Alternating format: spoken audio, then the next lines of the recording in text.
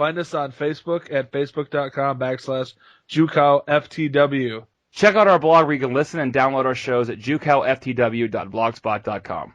And find us on iTunes by simply searching for Jucow's Podcast Kingdom. And submit your questions to us at ask.fm/Jucow. We will answer them all each week on Undressed to Impress with a Girl. Let's all go to the lobby. Let's all go to the lobby.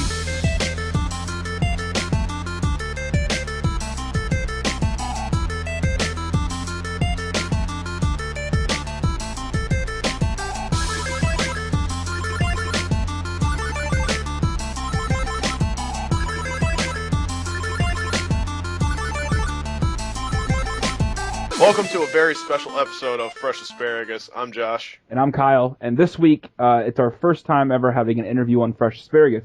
We're moving up in the world. Right. As you know, we do interviews throughout our other shows, but we've never actually had an interview on this show, and we could not have started off on a better note. Yeah. We have a very special guest, Bai Ling, from The Crow and Crank High Voltage. She's been in so many things, we couldn't even talk about all of the stuff, but we talk about a lot of the, we talk about dumplings, because that was very, not out there, but it was a very, and not controversial. I don't know what to say about dumplings. It was a movie that was talked about a lot, a segment from Three Extremes. And then we talk about The Crow and Crank and Wild Wild West, and she's working on some new projects, and she's just very spiritual, really awesome to talk with, very down to earth, and we already want her back on the show. Yeah, she's an amazing person. We had a lot of fun talking to her, so we hope you guys enjoy it as well.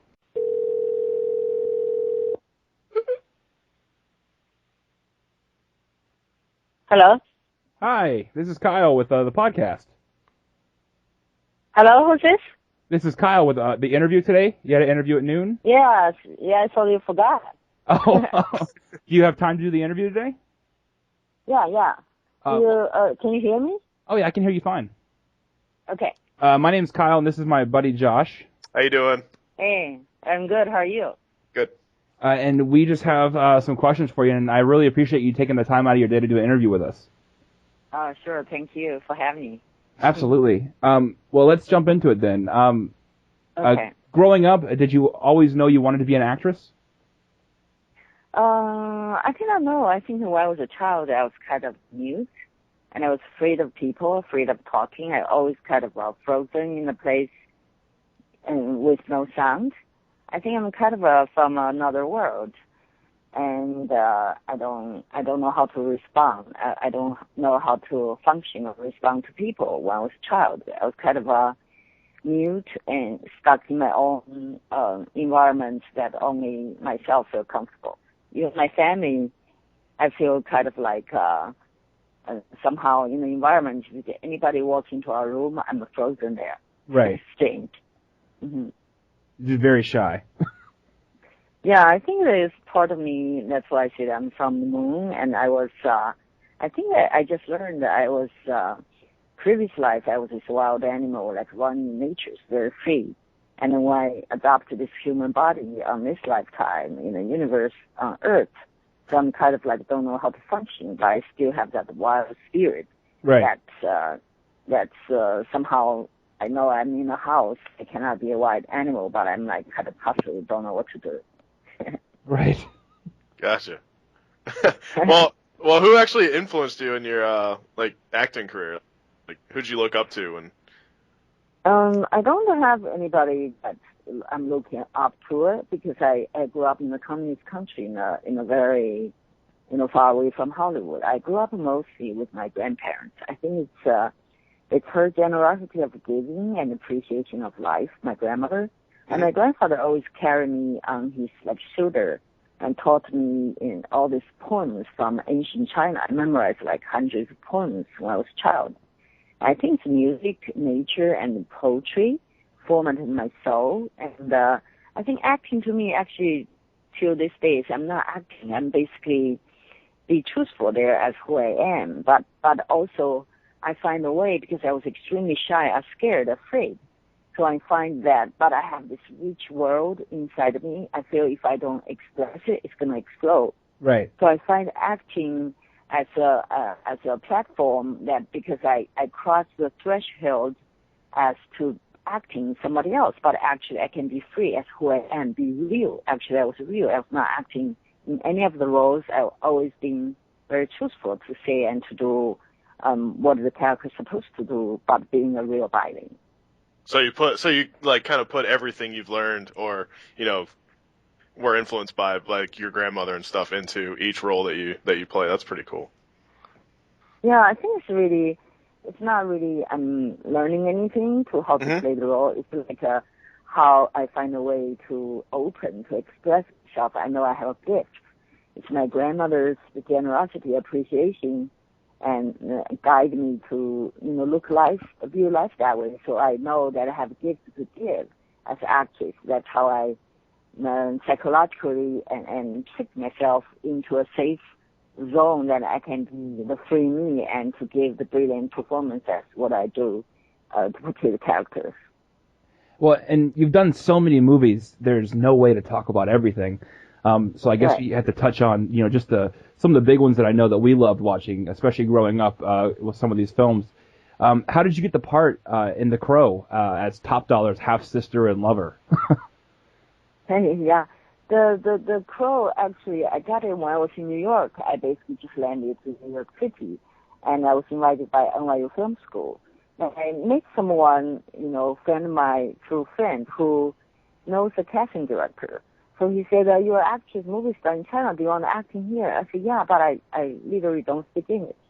So learning was difficult. I was not interested in the language because I think the language is a tool.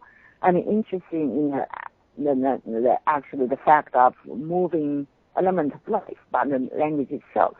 So I was kind of struggling learning English, but somehow my friend told me, a casting director. I went to audition for an off-Broadway show. So I got the part. So literally, when I see through the curtain of all the Caucasian faces out there, I forgot all my lines. I was so scared. It's the first time I'm acting on stage in New York. Right. So just make the story short. So that I got a lot of people to come to this show. I got an agent, I got a casting director. Everybody was so moved by my performance. I think many years later, I found it. Somebody, friend of mine, saved a copy of a Variety whose review of my acting said Bai Ling did such moving performance on a Variety magazine. So I did not know. Only later I know this is industry magazine. So then lead to the casting director in New York. I think his name's Bailey Hopkins' office in Susan, and they're associating casting director in Tribeca. So they were like me. They get me to audition a couple of films. So I always got very good response, and either they flew me to LA to do screen tests. Either I got it or not, I got it. Always great response. So The Crow they brought me in, but when I got there, actually, I was dressed like a t-shirt, jeans, totally looked like a student, no makeup, nothing. But all of the girls there had rings in their nose, black lipstick, all this very funky, gothic, dark look. Right. So what is this? I feel I'm totally walking to the wrong place. So anyway, I got in the room, I read my signs, and I left. So I feel like, I never get this one because I'm totally wrong. So at that time I was moving, and there's no cell phone at that time for me. I was moving a place, and my agent couldn't got me. The phone's disconnected. He had to come to my apartment. He said, Bai Ling, I couldn't get in touch with you. And he said, they want you for a callback. I said, what is a callback? I have no clue. So basically he explained, you want to see you again. They like what you did. But he said, Bai Ling, can you go buy a dress? Can you put some makeup on? Because they want you to look beautiful and sexy. So because I didn't have makeup on when I walked in, so I bought a dress. I did some makeup, so I walked in, and the director told me, we love what you did yesterday, but can you make her more alluring, more like extreme, more manipulative? So can you do that? I feel like, I was also asking, how's my English? He said, your English is fine, but just can you do this? So when I get rid of that obstacle of my English in my head, so I was being able to perform very freely. So I started doing the things I know what to do the best.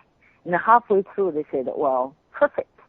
I said, should I continue? They said, yeah. So I finished it, and literally I got the role. Then later I asked Alex Kurias, I said, why you cast me? I don't look like this role. He said, all the other people look like her, look like this role, but you have the force and the magic inside of you. So that's what we're looking for. Right, So they were just trying too hard. What? They were just trying too hard, and you were just yourself. And I think that's what people look for anyway. They want to see you in the character, not people trying to be that character too much. Right, exactly. Like I was even not only trying, I'm off track. Right. Then they're trying to get me back. They say something, say, why are you going that way? We know you can go this way. Yeah, I know when you in the movie, I guess spoilers, when you get the crow actually starts pecking at your face. That was like as a kid, that was really intense for me. I was like, oh my god, I didn't want to go on birds forever. Yeah. Were there any behind the scenes stories that you want to tell about the film that happened, off camera? Yeah, like when I got to North Carolina, of course, as myself, I still dress like, in like sneakers, jeans, and T-shirt, and it's like totally like a Chinese student there. And then Michael Wincock, I think I first met him, he wasn't impressed. I think if I heard it right, he told the director it was the wrong cast. And it's the wrong cast. It's not her. Right. So I'm like totally wrong. So I was like, suddenly when they put makeup on, all the shoes, all the dresses, all the things as a character, so I walked out literally.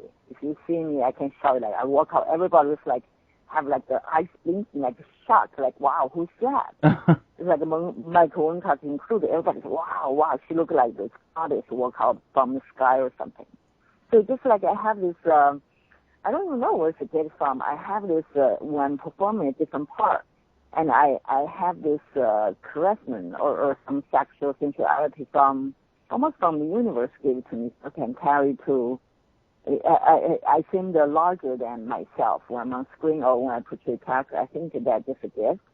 Then there's another story with Brandon Lee. So like every day basically I was sitting next to him. He has his 2 hours to make up. I have also 2 hours I was sitting there. And he was teaching me to play a video game.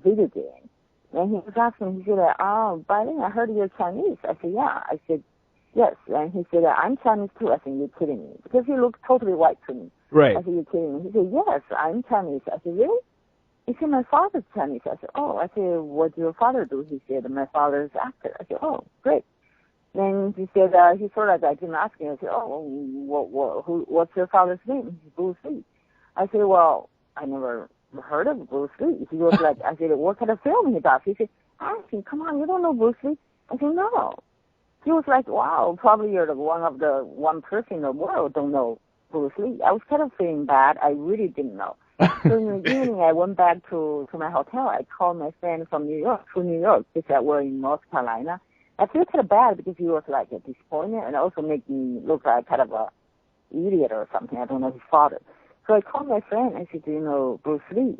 And they told me, my friend in New York, they've been there for a while. I said, yeah, we know. I said, who's him? He said, he's Li Xiaolong. They told me his Chinese name. But at that time, I never know English. Of course, I didn't know his English name. Right. So when I got on stage the next day, I told him, I said, oh, I know who your father is, Li Xiaolong. He was like a total relief. He said, wow, no wonder. He said, like, everybody knows my father. He was really proud. That's awesome. Wow. Yeah. So, moving on from The Crow, how'd you land the role of Dr. Lovelace's right hand, Miss East, in Wild Wild West?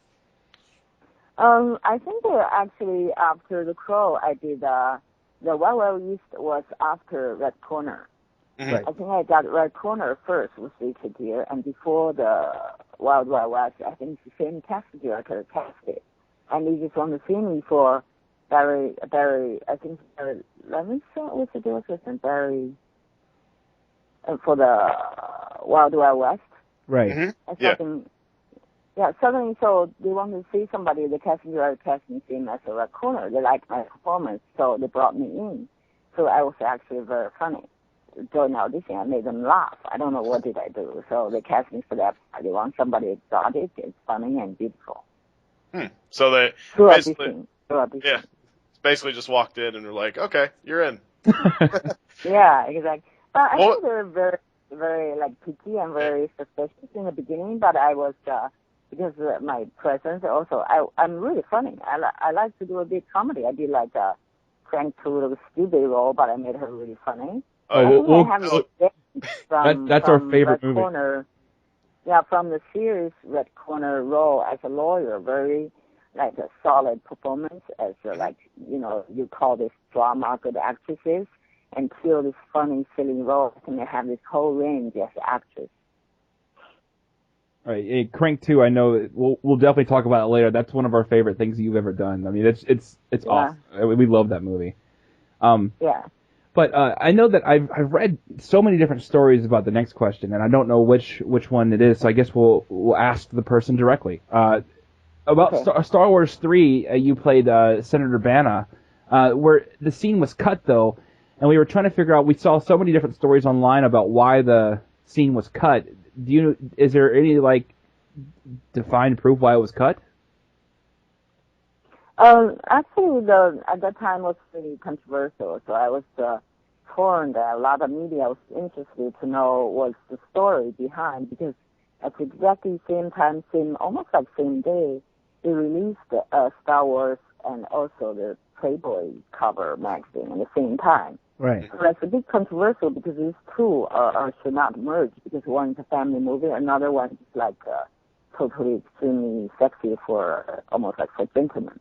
Right. Yeah. So I think I was in this true middle of it, but literally until today, I did not know exactly what's the truth. I think George Lucas will answer that question, will tell you the truth. But for me, actually, I in a way, I don't mind, and ended up actually in the DVD, because I was really, really proud to be last Star Wars, because that's the last one, and it's a big franchise, like the very beginning, how you start this science fiction and fantasy movie. And for me, it's like I feel very fortunate, very lucky to have worked with the two biggest icon in the world, the cultural icon in the world, right. George Lucas and Hugh Hefner. I think for me, that's amazing. I think I really closely work with them. I know them, and I'm together in their products, in the project, in their work. I think that for me is just a gift. I have no complaint. I feel like I'm fortunate just to have the closely and experience work with these two, culture icons in the world. Right, and luckily, if you do want to see the scene, they did release it finally on the DVD that recently came out. So it was cut from the actual movie, but you can actually see it in the deleted scene, so that's good. Yeah, so it's in the DVD, so I'm glad it's there, because in the end, people are going to watch the DVD more often than the movie. Oh, yeah, if you know Star Wars nerds, they're going to watch every single thing there is. They're gonna pick it apart like crazy. What drew you to the part for the dumpling segment in 3 Extremes? Like, what made you want to go for that role? Wow, that's a good question, because dumplings are such a unique, special, tortured experience for me, because it's a really, really difficult role. Right now, you see the film, you see her, because I made her alive. But when I read on the paper, it's like sort of like a ghost, like she could exist like 2,000 years ago or 2,000 years later. Right. It's a spirit. Mm-hmm. It's a spirit. There's no grounded. She's floating, and you cannot grab her. So basically, I was in L.A. I got a call from Peter Chen, the producer of Dumplings from Hong Kong. And he said, Bai Ling, I want you to come to Hong Kong work in a film with me. But I said, I'm not the director, I'm producer. And he said, director, Fu Che. I said, okay, cool, because I like this film. I said, what kind of film? He's a horror film. I was like, you can hear the silence from my end. I was like, horror film? Really? Because I at that time, I did not know what horror film generally have no characters. There's a bunch of people and their eyeballs gone, or their faces like cut it off, or their arms gone, all these crazy, scary movies. I said, you want me? But I said, okay. And he told me a little bit of the story. I said, okay, I'll take a chance. So I got there. I was really very suntanned, dressed like a miniskirt, looked like a teenager. I thought they were like, look at me like, wow, everybody probably thinking, why is that her? It's totally wrong. Compared to my look, normal life, modern girl, still the character I portrayed, it's like probably like a day and night. So then we got this writer, very mystical and respected, but a very mysterious kind of, almost like a kind of odd writer. Nobody really understands her. It's just like a witch or something. So, but I read it, and the actual script written is very literal, like literature. The things she says is not really how we talk normal life. Right. So I have to make all of this into like a reality. People will believe I'm alive, not just reading a book. So finally, he said, I said, wow, how you portray it? They tell me what to do. They said, we have no clue. That's why it's got you. I know you can do something. I said, okay, if that's your word, just let me have my freedom. I do whatever I like. So finally, every day, all these ideas come to me. I have no clue. I said, give me a fan, give me this and that. But everything I do is like the maximum is 2 takes. Because they're working on the other actress who's a comedian. We want to give her 20 takes, give me 2 takes. I said, this is not fair. I said, Bai Ling, you're good. We don't need it. We got this. I was like kind of disappointed. 2 takes? Sometimes just 1. And then I was like, you know, it was like every time when I play a character, it's like you have a love affair. Mm-hmm. For me, it's like her journey, her life, her story, but I'm the one responsible. Give her blood, give her life, give her behavior, make her behave the way, you know, it's on the paper, make her life. So, but it's like, it's her journey. So sort of like she's like invisibly like testing me and torture me, guiding me, all this tests, all this things are very, very difficult challenge for me. And finally, you know, I put everything and I give everything to her just basically to love her. In the end, basically it's like she will suddenly say, okay, you're approved, you got the test. That's why I won an Asian Academy Award for 4 most important acting awards I won. But I know that if in the beginning that's what I wanted to win an award, I'll never win. I think that's how life gives you a reward when you give everything to it and you get so much more than what you ask for. Right. But if you have a purpose to want something, you never get that thing. Right. That's something I learned about life. It's dedicated, give everything to what you do. Absolutely. That's a good philosophy. Yeah. Well, that was definitely more the more extreme of the 3 stories in the being, you know, what the dumplings were made of and everything. You think And you'll also, be making you any? know, Go ahead. yeah, it's very, very difficult. Like they were basically picking up from the airport and directly taking me to set. I said, well, at least you're gonna give me a luggage to the airport, to the hotel. I take shower or something. He said, no, somebody take care of it. He got me to the set. It immediately worked. It worked so hard. We're like, I'm not saying it's 24 hours, but close enough. So, and also in the condition, like we're shooting in the hot summer, like 108 degrees or something, and we're in the top floor of this residential area of the apartment, so tiny. Right. And the sun's directly coming, there's no air conditioning. And the meat, you know, what I'm cooking, all of the hours, all stinking, it's bad because it's hot. And they gave me this fake necklace, was like fake gold, and with the sweaty and all this powder and making dumpling, everything just like itches. I get exactly itches and just driving me crazy. I did not sleep enough, and everything comes to me so like feel like I can't live like this. And when I look out the window, like seem like you know, like a Dali's painting, everything's muted. I feel like, wow, if I fly, jump out, I survive. You know, there's one lady from I think they wanted me to do this CNN interview. And she come to visit on set. She wanted to take a look before the interview. And she was there for 10 or 15 minutes. She left. She sent me a message. She said, Bai Ling, I respect you for the rest of my life. He said, I cannot even survive for like more than 10 minutes. It's stinking, it's hot, everything. So I'm just telling you, when you see other movies, everything is comfortable. But it's a hell. Wow. Do you think you'll be making any more horror films like this in the future, or was that kind of like a one-time deal for you?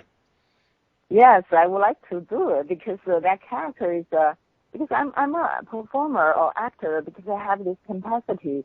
I can make any role work as difficult as possible, as more complicated as possible, and it gets me excited because I feel like I can use my talent because a lot of roles offered to me, like I can do it with my eyes closed. It's easy. But when I have all these things, and it's difficult, I know I have all these elements and this talent give, you know, subtleties to my character, make her uniquely one of the most unique characters there alive on screen. That's something exciting. So despite all these difficulties, I think I still want to do it because I think the more challenging, the more difficult, and somehow that means give you the room and open the doors for you for more wonderful surprise possibilities. I think at the time, after that dumpling, I met Quentin Tarantino. He actually told me, he said, dumplings. Actually, he only watched the 3 Extreme, the short term. He said, Bai Ling, I said, dumplings. He said, you're fantastic. He said, I would say the best performer of the year. So he said, I told him, I said, wow, come from you. I said, please, you have to watch the long version with dumplings. Right. So that's something excites me because I think I don't know why or how I got this guest. I think I belong to this, really top, fine art, actors in the world because I'm not talking about Bai Ling. I'm talking about the gifts I got. All of us have our special gifts, and I recognize that. So I would like to have more opportunity to give that gift to Hollywood. What's your favorite type of role to do? Well, I'm oddly, I'm kind of mischievous. I have this a little spirit visually living inside me. Right. So I like to challenge it, tap on all types of roles like comedy, science fiction, drama, or any kind of role, horror, and I've done all of them. But I really don't have a preference. I enjoy all of them. I can actually do all of them very well. But of course, most difficult role to do is this complex drama role. Right. Which a lot of people cannot do, but that's something because they give you room to allow you to make 360 degrees of the character in details. So that's something I love to do. I can do it extremely well. Well, one of our favorite roles that you've ever done is Crank High Voltage, and you brought it up just a second ago as well. And we love all your lines in that movie. Basically, you were the comedy throughout the entire movie. How did you prepare for that kind of role? Wow, it's funny that role. Actually, I think I was traveling back from somewhere, so my agent set up an audition. They wanted to see me before because I was working, so I traveled back. I said I want to go in. I think they already see so many actors for that role because I came in almost the last audition. Right. So there, basically, the role, to be honest with you, is really, really stupid. Well, I read it as one of these typical stupid girls, like just the kind of a trashy, loser, and crazy. Like kind of a, in a real character, it's less than what I brought to screen. It's like kind of just dumb. So I got there, I said, well, I'm going to do something. She's kind of stupid. I'm going to do something. So literally, I made her extremely crazy, at the extreme you can go. So basically, after the audition, all I remember is in the end of the audition, I found myself on the floor, right? Right. I said, what the hell? I'm on the floor. I have no clue. Why would I on the floor? Because the things not needed on the floor. So anyway, I left it. Most of the time when I'm acting, I'm not aware of myself. I did not know what I was doing. I was caught in the moment and go for it. It's like you're driving a car, you just drive. If they're OC, you're going to jump. So literally after I got the role, I was on set. The producers come to me and say, Bai Ling, do you watch your movies? I said, well, I used to. Like in the beginning, I watched my movies. I was nervous. I was aware of how people are going to respond. But after a while, I said, when the movie comes out, I'm already into another movie. I said, lately, actually, I'm very comfortable not to watch my movies. I don't watch them unless, like, a lot of movies I didn't watch the whole thing. Right. So unless they invited me to premiere, I was available. So I said, well, not really. Sometimes I do. They said, even if you don't watch the movie, you have to watch the tape of the audition. They say you're crazy, like hilarious. You're just hilarious. They say we see so many actors, and none of them really make sense of the lines they're saying. They feel like it's not funny, it doesn't belong to them. But when you do the you just like make everything makes sense. So basically, we're shooting that with two young directors. I love them. They're just like so open. They're rollerbladers shooting. Sometimes I find my camera on my shoulder. Sometimes on my camera under my basically, where in the middle of my legs, somewhere, just a weird position. They put, I said, no. So basically the role, they want this part to be comic, right, to be funny. They specifically, I think, they thought about they have to write something really, really funny. They asked me to stick to a script, right, because I'm just all over the place. Finally, one take, I'll do exactly on the script say. And you say, Bai Ling, you go off whatever you want to do. In the beginning, they're nervous. In the end, they say, I didn't do something. Say something.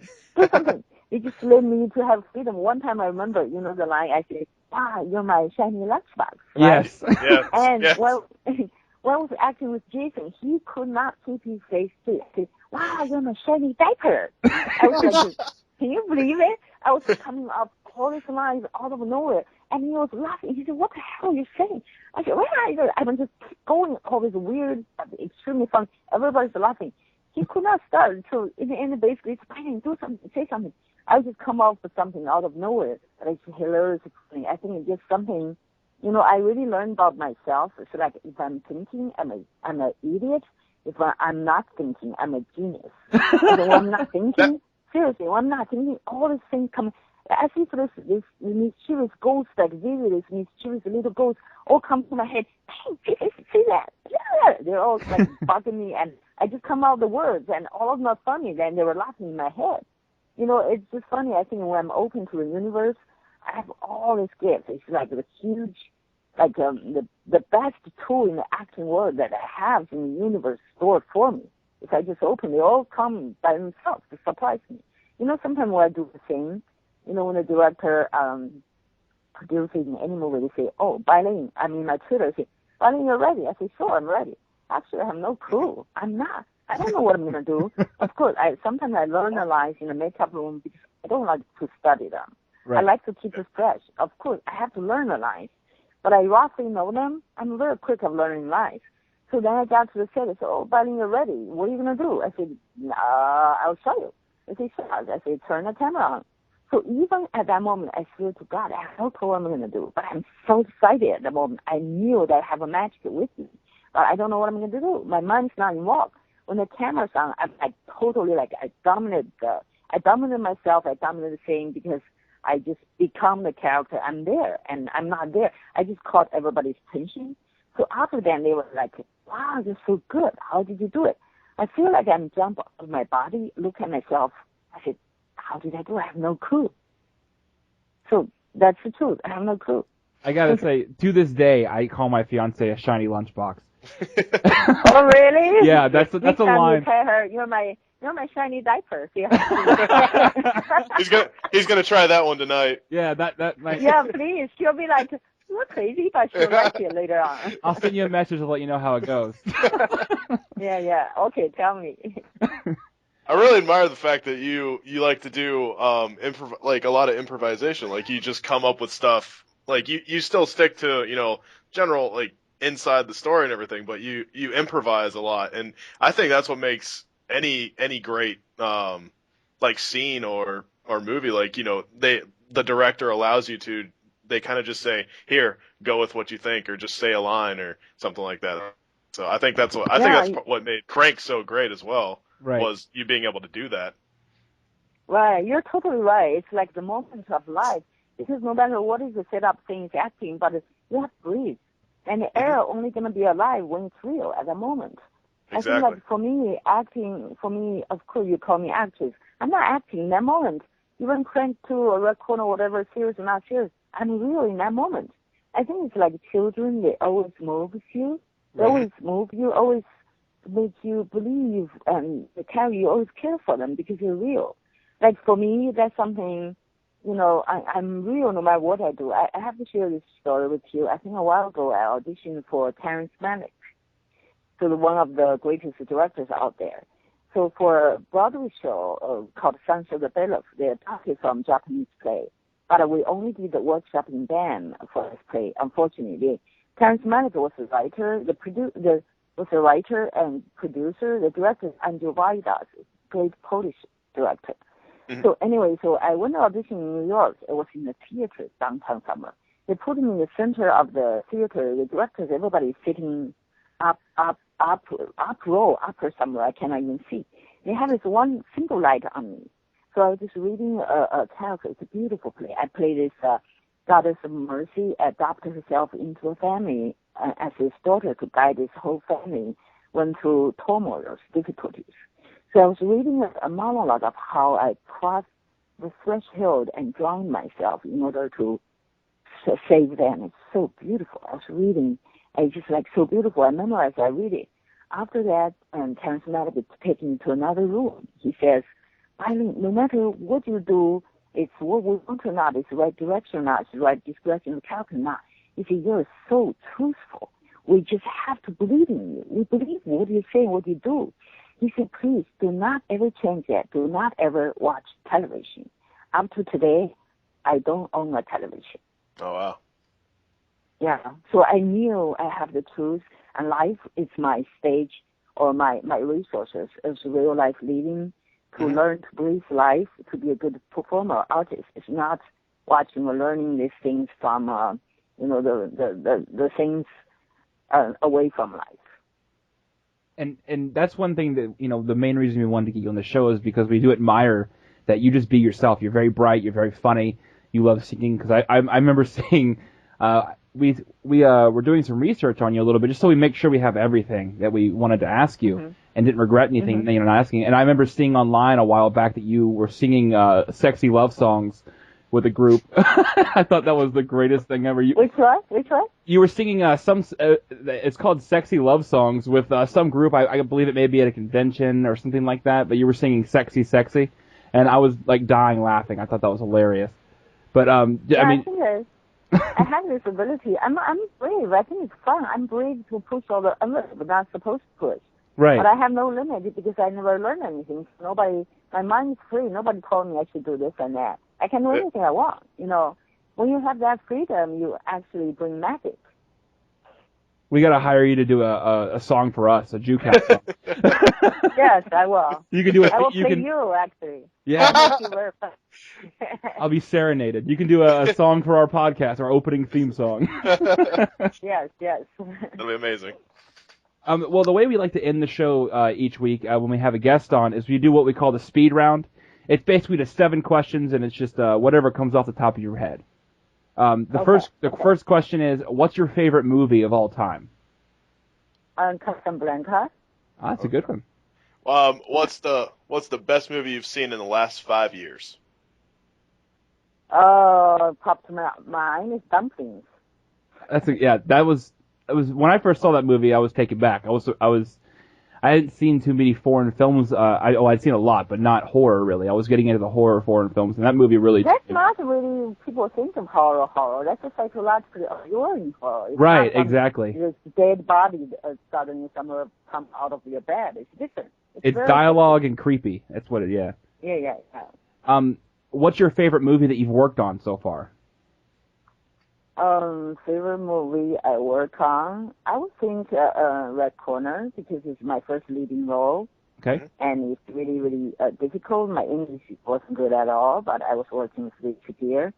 And it's really, I'd say lawyer, which is really far from my real life. And I got a breakthrough performance from National Board of Review. So that's something basically gave me the confidence to be who I am as a performer after that movie.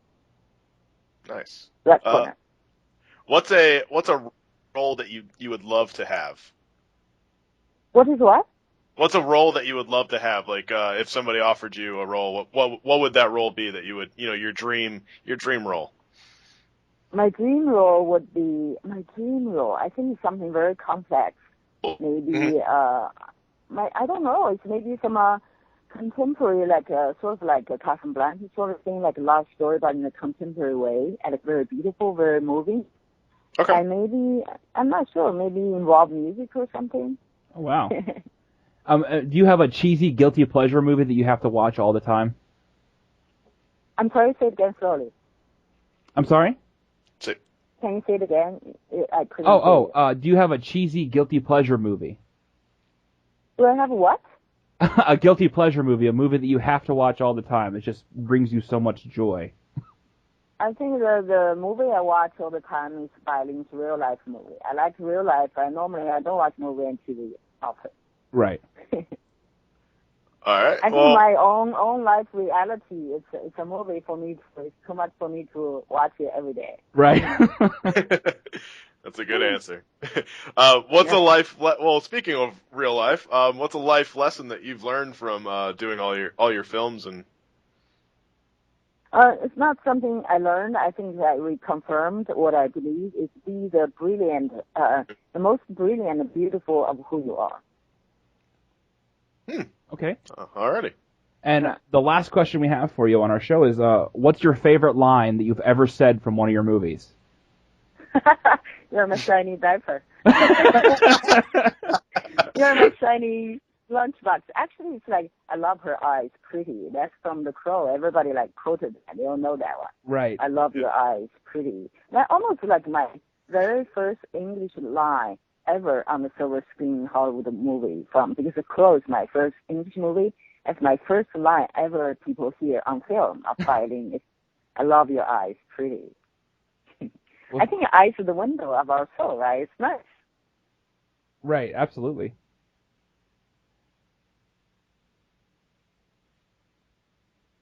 Hello? Oh, I think Kyle dropped out for a second. Oh, hello. Sorry, it went out. I'm sorry about that. And I want to share something with you. So I just got an offer of a role which we're shooting next month.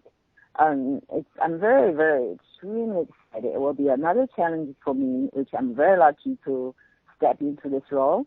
And it's a very beautifully written script based on a Nobel Prize-winning novel called The Key. So they adapted it into a modern story based on that story. So I got a leading female part, which is originally written for Caucasian female character actors. So I memorized like 3 pages of monologue. As I went there, I read it, memorized, basically perform. So I got the offer the day after. So I'm like very, very proud. I'm very happy. I'm very excited. And it's going to be a challenging role, but that's something that makes me excited. Very nice. So I just want to share with you the good news. Absolutely, and once the movie comes out and we can see it, maybe we can come back on the show. We could talk about the new works you've been working on. Totally. Even when I'm doing the shooting, maybe we can, talk about the process or something.